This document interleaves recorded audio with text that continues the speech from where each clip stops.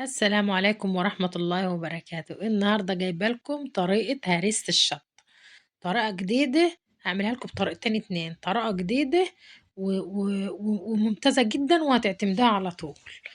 هتستعمليها في كل حاجة الشطة ديت، في فول، في محاشي، في باذنجان مقلي، في أي حاجة. رمضان جاي عليكِ وكل سنة وأنتِ طيبة، وشغّلي دماغِك كده وحاولي إن أنتِ تستفيدي من الحاجات دي وهي رخيصة ومالية السوق الأيام دي.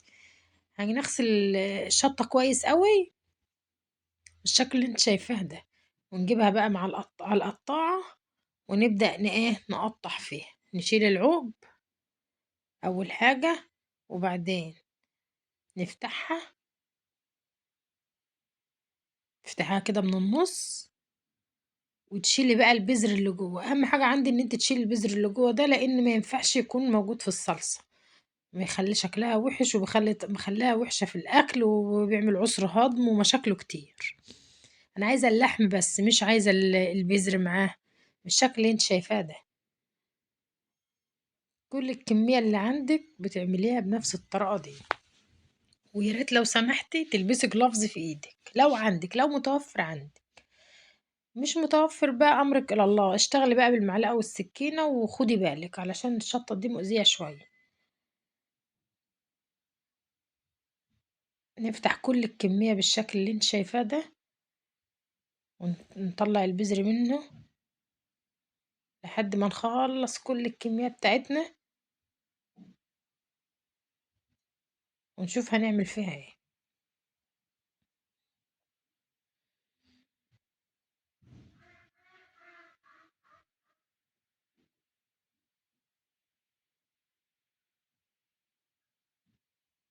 وهاقول لِك إزاي تحفظيها عندِك طول السنة، وإيه المادة الحافظة اللي هتحطيها عليها. خليكِ معايا بس لآخر الفيديو، ولو وصلتِ معايا لحد هنا حطي لي اللايك والاشتراك في القناة أهم حاجة، وفعلي زر الجرس عشان يوصلِك مني كل جديد يا حبيبة قلبي.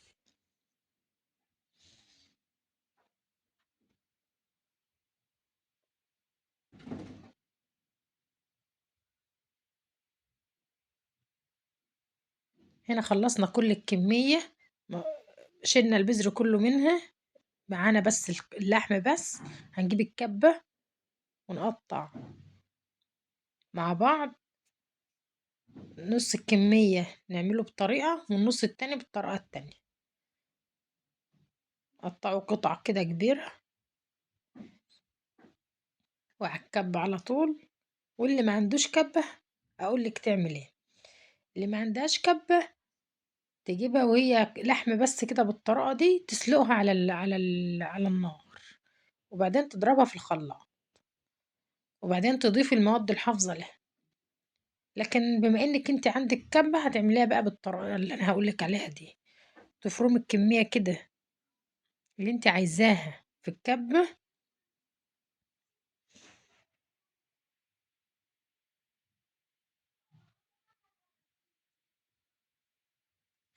فرمناها كلها وهنروح على النار. في الأول النار تبقى واطية بالشكل ده، نحط طاسة وتنزلي بالكمية اللي إحنا فرمناها كلها في قلب الطاسة، من غير زيت ومن غير أي حاجة، زي ما أنتِ شايفة كده. عايزين نعمل إيه يا بنات؟ عايزين ننشف المَيّة اللي موجودة فيها، العصارة بتاعتها بتاعة الهريسة ننشفها. كل الكمية حضّرناها مع بعض أهي، هنشوّح فيها على النار ونعلّي بقى النار في الوقت ده. ن ن نتنّينا نشوّح لمّا ننشفها من المَيّة اللي فيها خالص.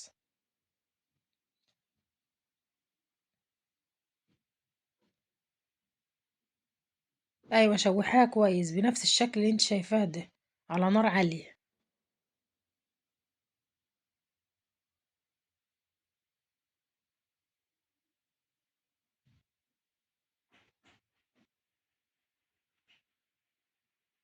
شوفي ما فيهاش بذر نهائي، ما شاء الله.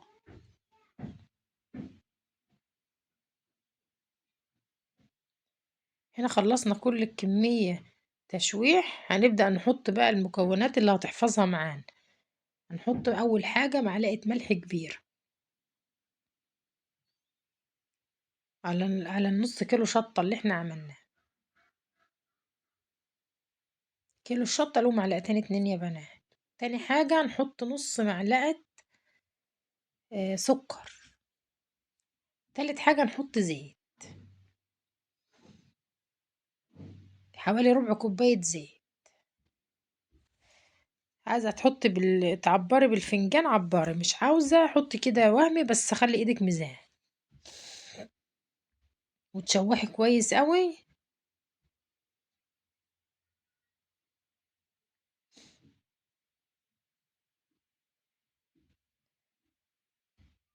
لحد ما يتجانس كل الخليط مع بعض.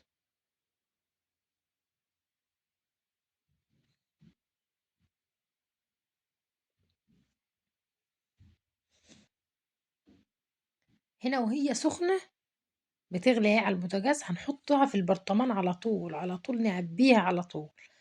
برطمان طبعا متعقم معانا، ولو مش متعقم بتجيبي منديل تعصيه خل، تبليه كده بالخل وتعمليه من قلبه كده بالمنديل، تعقميه بالخل وبعدين تعبي بقى فيه.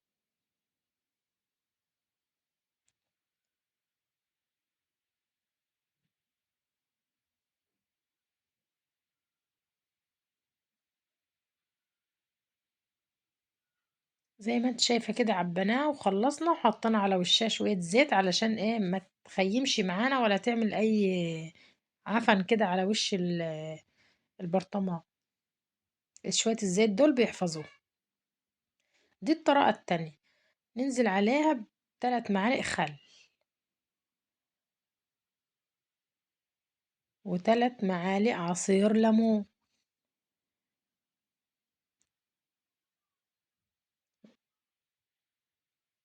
وننزل عليها بمعلقة توم مفروم او 5 فصوص توم صحاح عادي، لو انت مش عايزة تحطهم مفرومين حطهم صحاح والكبة هتفرم. ومعلقة ونص ملح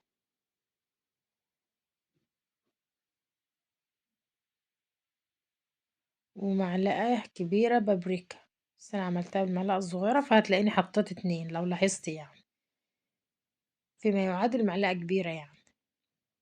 ومعلقة كمون ومعلقة كزبرة ناشفة هحطها معاكي اهو.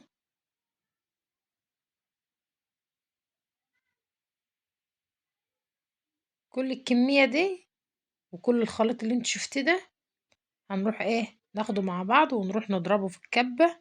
دي نص معلقة سكر علشان تحفظ معانا الهريسة، تعمل تعادل كده مع الملح وكمادة ويشتغلوا كمادة حافظة للهريسة. نروح مع بعض وفرمناهم بالشكل اللي انت شايفاه ده. بعد الفرم هنعمل ايه؟ في خطوة بقى هنعملها دي، الخطوة دي ما تنعملش غير بعد الفرم. لو عملتيه قبل الفرم استحالة ان الهريسة تطلع باللون الجميل اللي انت شايفاه ده، هتلاقيها بيضت كده معاكي وبقى شكلها مش حلو. لا الاول تفرميها وبعد كده تضيفي عليها بقى ادي المكون اللي هنضيفه عليها الزيت، ربع كوباية زيت. لو حطيتيه قبل الفرم هيخلي الهريسة تبيض معاكي، فاحنا بنحطه بعد الفرم فبيخلي لونها جميل كده بالشكل اللي انت شايفاه ده. ما تنسيش تشتركي معايا في القناة وتفعلي لي الجرس وتحط اللايك عشان احب. هنا بقولك تمام التمام.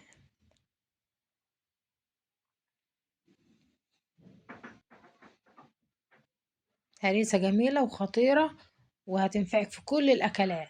ادي الكمية كلها اللي أنا عملتها من الكيلو الشطة اللي أنا جايباه. دي طريقة، الاتنين الأولانيين البرطمان والطبق الصغير دول بطريقة اللي هي على النار، والطبق التاني الكبير ده الطريقة التانية. اعتمد الطريقتين الاتنين واعملي اللي تعجبك فيهم، ما تقفيش على حاجة. السلام عليكم ورحمة الله وبركاته.